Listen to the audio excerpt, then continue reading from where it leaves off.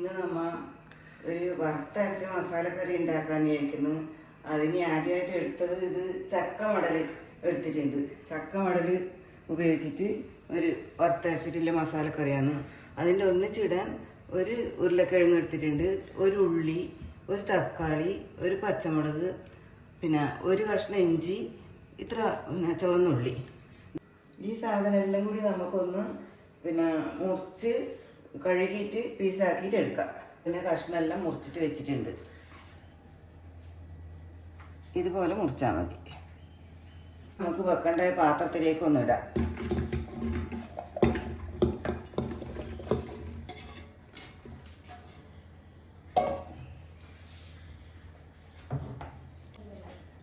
ഇത്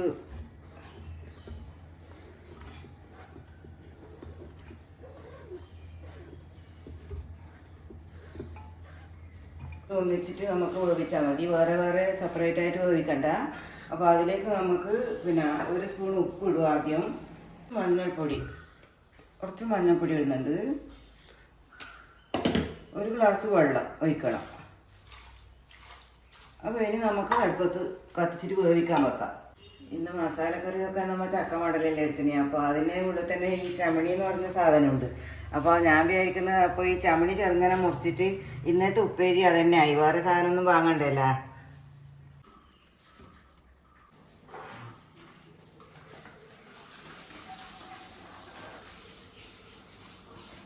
ചമണി ഉപ്പേരി വെക്കാൻ നമുക്ക് ഇതിലേക്ക് കുറച്ച് ഉപ്പിടാം ആദ്യം. പിന്നെ ഒരു 1/4 ടീസ്പൂൺ മഞ്ഞൾപ്പൊടി ഇടണം. അതുപോലെ കുറച്ച് വെള്ളം ഒഴിച്ചിട്ട് നമുക്ക് അടുപ്പത്ത് വേവിക്കാൻ വെക്കാം. വേറെ ഒന്നും ഇനി ആദ്യം ചേർക്കണ്ട. അപ്പോൾ മസാലക്കറിയിലെ കഷ്ണം നമുക്ക് ഒറ്റ വിസിൽ മതി. കുക്കറായതുകൊണ്ട് ഒരു വിസിൽ മതി. ഒരു വിസിൽ വന്നിട്ടുണ്ട്, അത് ഓഫാക്കി വെച്ചിട്ടുണ്ട്. ഇപ്പോൾ അപ്പം നമുക്ക് ഇനി വേണ്ടുന്ന അരവ് തയ്യാറാക്കണം. അതിന് വേണ്ടിയിട്ടുള്ള തേങ്ങ നമുക്ക് വറുക്കാൻ വെക്കാം. പാത്രം ഇത് വെച്ചിട്ടുണ്ട്, ചൂടായിട്ടുണ്ട്.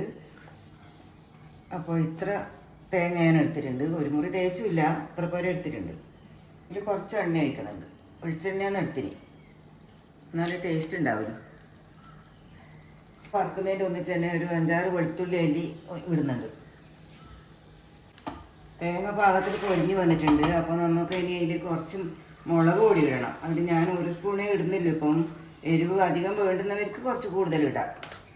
1 സ്പൂണ് മല്ലിപ്പൊടി ഇടുന്നുണ്ട്. കുറച്ച് കുരുമുളകാണ് ഞാൻ എടുത്തിന്. കുരുമുളക് തന്നെ ഇതിലേക്ക് ഇടുന്നുണ്ട്, വറുക്കുന്നതിലേക്ക്. ഇതെല്ലാം കൂടി ഒന്ന് നമുക്ക് കുറച്ച് ചൂടാക്കിയിട്ട് എടുക്കാം.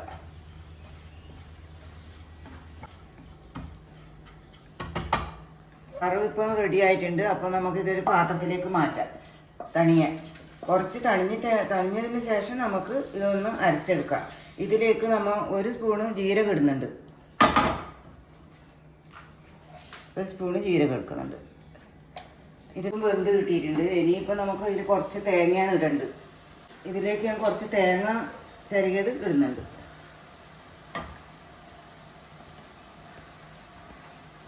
ഇനിയിപ്പോൾ നമുക്ക് അതിൻ്റെ ശേഷം ഒന്ന് വറുത്തിടണം. അത് വേണ്ടിയിട്ട് വെളിച്ചെണ്ണ ചൂടായതിൻ്റെ ശേഷം നമ്മൾ ഒരു 5-6 വെളുത്തുള്ളി അല്ലി ചതച്ചിട്ടിട്ടുണ്ട്. പിന്നെ കുറച്ച് ഉഴുന്ന് പരിപ്പ്, 2 വറ്റൽമുളക്, കറിവേപ്പില, ഇതെല്ലാം കൂടിയിട്ടൊന്ന് വറുക്കാൻ വെച്ചിട്ടുണ്ട്.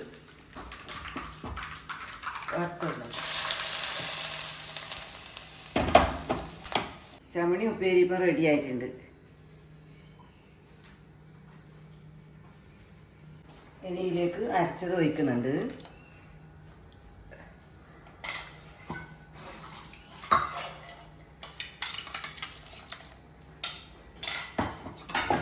ഒന്ന് ഇളക്കിയിട്ട് മിക്സാക്കിയിട്ട് നമുക്ക് എത്ര ചാറ് വേണ്ടതെന്ന് വെച്ചാൽ അതിനനുസരിച്ചിട്ട് ഒഴിക്കാം. ഇപ്പം നമുക്കിപ്പോൾ ഇത്രയേ വേണ്ടു, അതുകൊണ്ട് ഞാൻ ഇത്രയേ ഒഴിച്ചിട്ട് വെള്ളം. ഇനി ഇതൊന്ന് തിളച്ചിട്ട് നമുക്ക് വാങ്ങി വെക്കാം.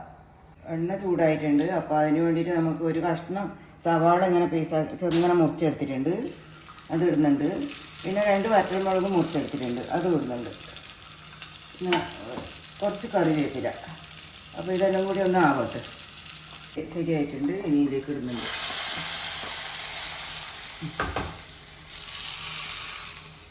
മസാലക്കറി എല്ലാം റെഡിയാക്കി വെച്ചിട്ടുണ്ട്.